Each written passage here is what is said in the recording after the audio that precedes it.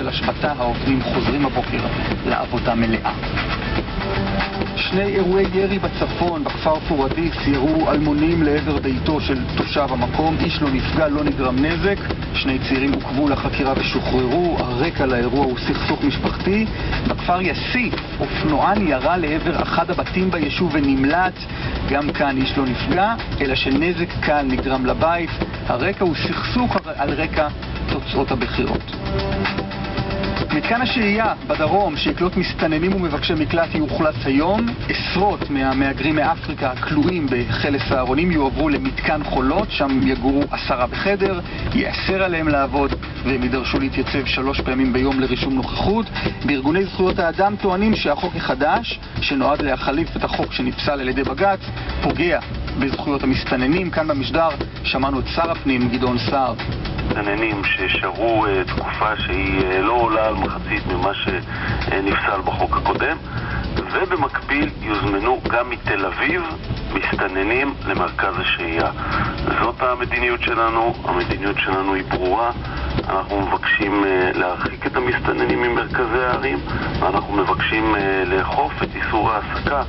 עדכוני תנועה לנהגים מאולפן גלגלצ, המון בעיות יש בכבישים. כביש חיפה תל אביב הישן עמוס ממחלף רעננה דרום עד מחלף מורשה. בכביש מספר 5 עומס תנועה ממחלף תקווה עד מחלף הכפר הירוק. כביש ירושלים תל אביב עמוס ממחלף גנות עד מחלף קיבוץ גלויות. איילון צפון עמוס ממחלף יוספטל עד מחלף ארלוזרוב. באיילון דרום עומס תנועה ממחלף קקל עד מחלף ההלכה. שימו לב, בעקבות תנאי מזג האוויר חסומים לתנועה כביש עוקף בני ציון, כביש מספר 90 בסמוך לנחל צאלים, גשר צאלים בשני הכיוונים חסום, וכביש מספר 241 ממגן עד אורים. מזג האוויר עכשיו, מאיה בר-טוב, שלום. בוקר אור. תמונת מצב נוכחית. ובכן, שלג בהחלט יורד בירושלים, וכמו שדיווחתם, הוא אכן לא נערם על הקרקע כעת, פרט לשכונות הגבוהות, אבל שלג יוסיף לרדת בשעות הקרובות, ובהחלט בשכונות הגבוהות יכולים להצטבר סנטימטרים בודדים. במהלך היום הטמפרטורות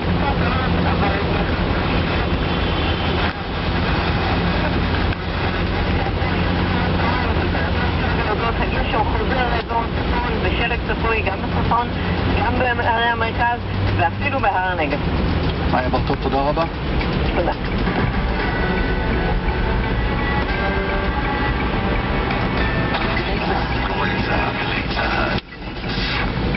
חדש בפארק הרצה למדע, תערוכת צופן החיים. ילדה, למה את מעתיקה אותי? אולי אני שעתוק שלך? כדאי שנבדוק את המידע התורשתי שב-DNA שלנו. מה? לא, אין סיכוי שיש בינינו דמיון גנטי. תערוכת צופן החיים בפארק הרצה למדע, העיר העתיקה באר שבע. החוויה של הדור הבא. איזה מקום מקסים, כמה כוכבים זה? 1, 2, 3... בואי, את סופרת מהירח ימינה ואני את הצד השני. יאללה, 5, 6, 7... אורחן לילה, כנראה הלילה של ישראל. 1,000,000 כוכבים בשמיים, 5 כוכבים בתנאים ובמחיר של כוכב אחד. עכשיו זה הזמן המושלם לבקר בחניוני הלילה של אזור הדרום. למידע נוסף תיכנסו לאתר אורחן לילה. יש, התקבלתי למסלול העתודה לאחים ואחיות, סיעוד בפסגה, מסלול לימודים של 3 שנים. אני מקבלת מימון מלא של שכר הלימוד ושל המגורים במעונות עם סטודנטים כמוני, ואנו לומדים ונהנים. בצבא משתלב במגוון תפקידים בשדה ובמרפאה, שירות מגוון ומאתגר, ואחרי הצבא מחכה לי קריירה. בואו גם אתם להיות אחים ואחיות בצבא ותזכו לשירות מלא בסיפוק ועוצמה. פרטים באתר idfmd.org.il.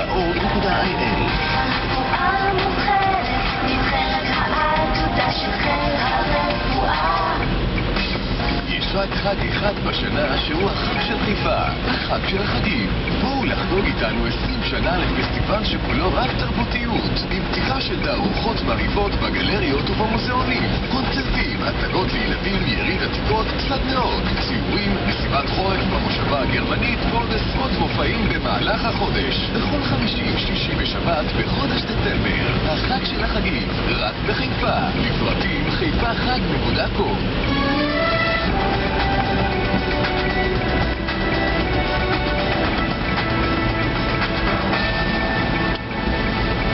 7:34, בוקר טוב ישראל. מגן דוד אדום הציב אתמול במשכן הכנסת עמדה להתרמת דם. חברת הכנסת פנינה תמנו שטה, כמו רבים, ביקשה להושיט יד ולתרום, אבל שלא כמו רבים, היא נתקלה בסירוב בגלל מוצא האתיופי. המקרה התקצם וכמובן עורר סערה. בקהילה האתיופית נזכרו בפרשת תרומות הדם ההיא, התרומות שנזרקו לפח. יושב ראש המפלגה של תמנו שטה, יאיר לפיד, זעם, גם הנשיא הגיב, ושרת הבריאות הבטיחה שהנהלים על פיהם פועל מד"א ישונו. יערה ברק כתבתנו עם הפרטים. ביקורת ציבורית רחבה נשמע בבוקר על כך שחברת הכנסת פנינה תמנו שטה, ילידת אתיופיה, לא הורשתה אתמול לתרום דם במשכן בשל מוצאה. אני לא יכולה לתרום בישראל? אבל לפעמים הגיעו 3. אני חברת כנסת. בעקבות התיעוד שפורסם אתמול באתר ynet הגיב נשיא המדינה שמעון פרס ואמר: אסור שיהיה הבדל בין דם לדם במדינת ישראל. שר האוצר יאיר לפיד, יושב ראש המפלגה של תמנו שטה, כתב בדף הפייסבוק שלו: אנחנו לא נשתוק, מי שצריך להיות מפוטר יפוטר. על פי הנחיות משרד הבריאות, צוותי מגן דוד אדום לא לוקחים תרומות דם ממי שנולד או חי תקופה של שנה או יותר באפריקה, בדרום מזרח אסיה או באיים הקריביים משנת 77 ואילך. בכך למעשה נפסלות תרומות דם של רבים מיהודי אתיופיה, כמו פנינה תמנו שטה, שנולדה שם ב-1981. הפרופסור אילת שנער, מנהלת שירותי הדם של מד"א, אומרת שהצוותים פועלים על פי הנחיות משרד הבריאות, שנועדו להגן על בריאות הציבור ובעיקר על חולים שמקבלים עירוי. בנהלים הקיימים אין שום כוונה להפלות אנשים כאלה ואחרים, ועובדה שמנות הדם שנתרמות על ידי יוצאי העדה האתיופית שנולדו בארץ ניתנות בעירוי לחולים ללא שום הגבלה. שרת הבריאות יעל גרמן הגיבה אף היא: אני חושבת שזה אבסורד בלתי נסבל שבשנת 2013 בני העדה האתיופית שעלו לפני למעלה מ-25 שנה לארץ עדיין לא יכולים לתרום דם. אני דנה עם גורמי מקצוע כדי להביא לסיומו של האבסורד הזה, ובהתאם ישונו אמות המידה לתרומות דם, כך שישמרו כבוד האדם של התורם ובריאותו של מקבל התרומה. לשון התגובה. ויערה ברק כתבתנו נמצאת איתנו כאן באולפן עם הכותרת הזאת: תוכנית חדשה של משרד החינוך, הכשרת מורים להתמודדות עם החוויות הלא פשוטות שהתלמידים שלהם עוברים לעתים ברשת האינטרנט. יערה.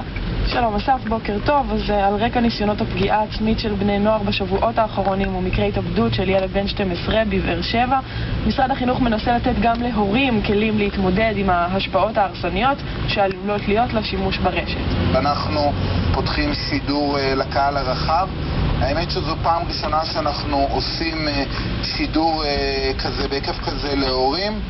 אני מקווה שזה יצליח. מי האיש? שמענו עכשיו את עופר רימון, ראש מנהל מדע וטכנולוגיה במשרד החינוך, העומד בראש התוכנית שנקראת הורים מקוונים לרשת בטוחה. מה קורה בעצם בפועל בסדנאות האלה? אז זהו, במסגרת יועברו סדנאות והרצאות להורים בשידור ישיר דרך האתר של משרד החינוך בשעות הערב, במטרה לתת להם כלים מעשיים להגנה על הילדים.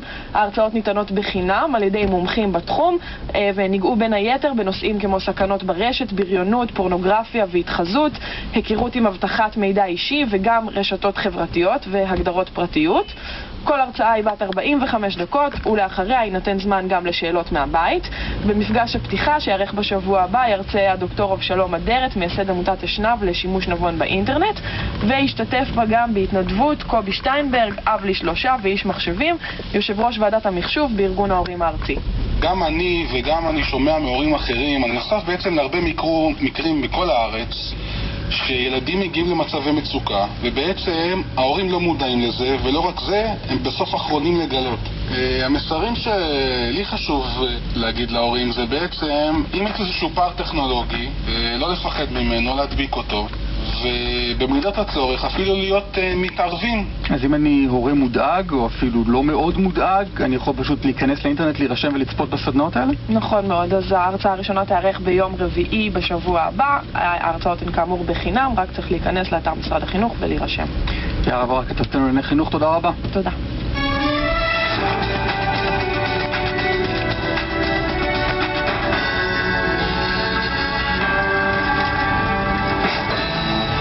פינת הכלכלה עם יונה לייבזון מלווה את סטנלי פישר כל הדרך מכאן לבנק הפדרלי בארצות הברית. יונה. שלום אסף, כן, אז סטנלי פישר מסתמן בדרך לבנק המרכזי בארצות הברית. הוא מועמד לתפקיד סגן יושבת ראש הפדרל ריזרב ונכנסת ג'נט ילן. ממשל אובמה צפוי להכריז על המינוי בקרוב. פישר הוזכר כמועמד בעבר להחליף את יושב ראש הפד הפורש בן ברננקי. הידיעה הזאת התפרסמה אתמול בערוץ 2 ובכל הסוכנויות בעולם מיד עלו הכותרות. חלק מסרו גם ממקורות בבית הלבן שהמינוי לא יהיה ככל הנראה בשבוע הקרוב, אבל כן כבר יש איזושהי החלטה. המינוי הזה גם צריך עוד לעבור את אישור הסנאט. חדשות טובות הבוקר מגיעות מחדרה. נכון, יש שם הסכם במסתיים מהמשבר במפעל, ובעצם איום הפיטורים מוסר בסיומו של משא ומתן לילי. העובדים וההנהלה מגיעים להבנות. הסכם קיבוצי נחתם בין ההסתדרות וועד העובדים להנהלת המפעל אחרי יותר משבועיים של השבתה. העוברים חוזרים הבוקר לעבודה מלאה. 250 מעובדי המפעל לא יפוטרו, 28 יפרשו מרצון במסגרת ההסכם. נסיים עם שוטף פלוס כמה. זו שאלה שמעסיקה לא מעט עוסקים. הצעת חוק חדשה מבקשת להגביל את מוסדות המדינה לשוטף פלוס 45 במקסימום. הצעת החוק הזו שתעלה לוועדת השרים לחקיקה בשבוע הבא דומה להצעות קודמות שנפלו, אבל רובם פשוט לא עברו.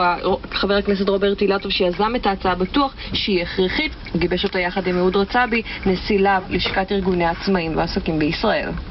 עצם הדחייה של התשלומים שבהם חייבת הממשלה לספקיה מהווה נטל כבד מאוד על העסקים הקטנים והבינוניים שקוראים גם כך תחת נטל זמינות האשראי ומחירו, כל זאת ללא כרית ביטחון, דבר שלעיתים מקשה על העסקים עד כדי סגירתם. ואנחנו מסיימים עם הדולר 3 שקלים 50 אגורות ו3 אגורה. כאן הכלכלה, שיהיה בוקר טוב. יונה, תודה.